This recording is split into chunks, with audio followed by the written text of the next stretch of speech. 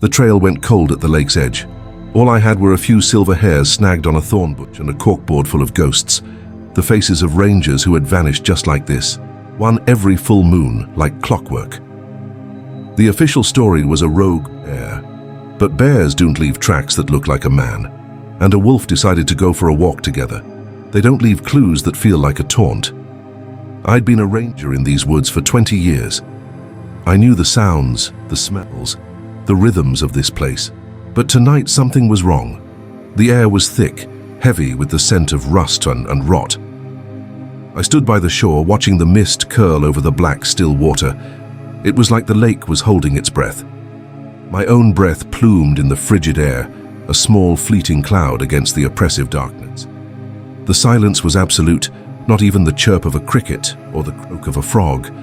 It was the kind of quiet that precedes a storm, the kind that makes the hair on your arms stand up. The moon, a perfect silver disk, hung directly overhead, its light turning the mist into a glowing shroud. Then, the surface broke. Not with a splash, but with a slow, deliberate series of concentric ripples, spreading out from the center as if something immense was stirring in the depths. Slowly, deliberately, it rose, a silhouette against the moonlit mist, impossibly tall, a grotesque fusion of shapes that didn't belong together. Water cascaded from broad shoulders, covered in what looked like both matted fur and slick dark skin. It wasn't a bear, it wasn't a man. It was something new, something born of nightmare and shadow. For a moment it was just a shape, a void in the night. Then 2 points of light ignited in the darkness where its head should be, eyes the color of old gold, burning with a cold, ancient intelligence. A sound rumbled from its chest, a deep sub-bass vibration that I felt in my bones, followed by the wet, unsettling creak of chitin, like 1,000 insects stirring at once. It took a step onto the shore and the ground seemed to tremble. It stopped about 30 meters away, just watching me. The moonlight caught the glint of its claws, long, curved, and wicked sharp. They flexed, idly scratching the damp earth. Its form was a chaotic mix. Patches of thick, wet fur gave way to smooth, leathery hide. It was a contradiction, a biological impossibility standing right in front of me. But it was the eyes that held me. They weren't the flat, unthinking eyes of a beast hunting for food. There was something else in there, a mind, a purpose. I felt a chill that had nothing to do with the night air. I lowered my rifle just a fraction, my voice a barely audible whisper carried on the mist. "You're not an animal. You understand me, don't you?" For a second, it tilted its head, a strangely human-like gesture. Then, its jaws opened wide, and a sound tore through the night that was neither human nor animal, but a horrifying blend of both. It was a howl of pure animalistic rage, yet threaded through it was a note of profound human grief. It was the sound of a soul in torment, a sound of loss so deep it cracked the very air. The sound echoed off the mountains, a lament for something long dead and a promise of violence to come. My hand tightened on the custom-loaded rifle. I had hoped I was wrong. I had prayed I was. There was only one way to be sure. My grandfather's words echoed in my head. Some things roll. Some things don't belong to God's green earth. Silver is their penance. I raised the rifle, the familiar weight a small comfort. I centered the crosshairs on its chest, squeezed the trigger, and sent a single silver round into the darkness. The impact wasn't what I expected. Instead of a meaty thud, there was a sharp crack and a shower of white-hot sparks, as if the bullet had struck stone instead of flesh. The creature staggered back a step, a shallow, smoking wound on its torso, but there was no blood, not a single drop.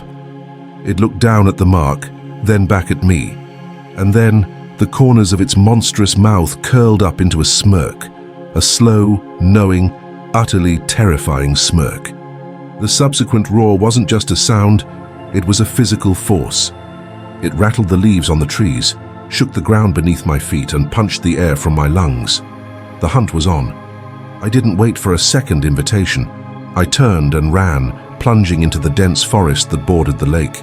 The world became a blur of motion, a frantic montage of pounding feet and ragged breaths.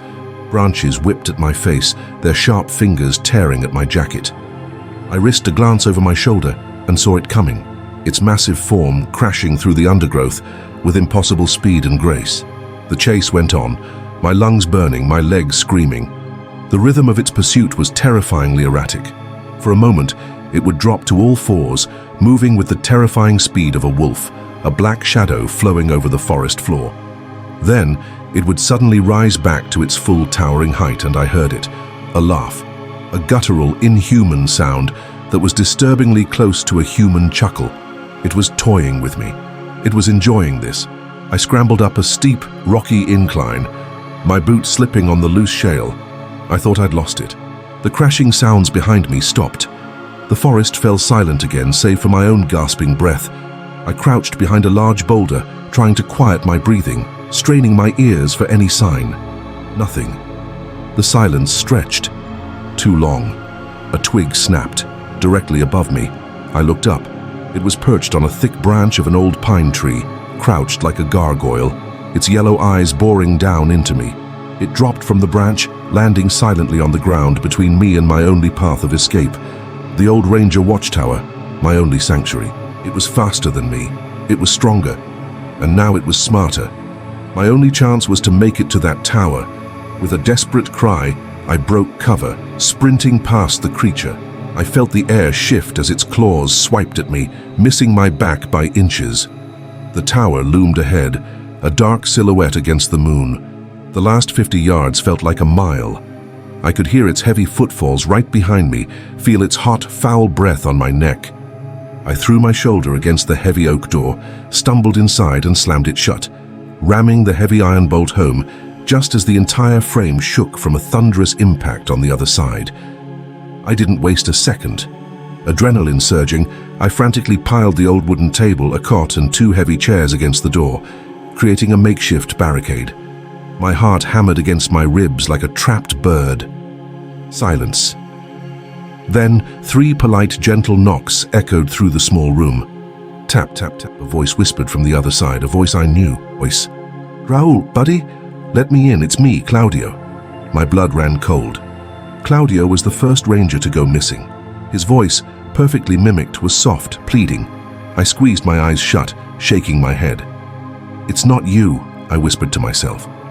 The voice changed, becoming softer, sweeter. "Denise, the ranger who vanished last month. Raoul, please, open the door. It's so cold out here."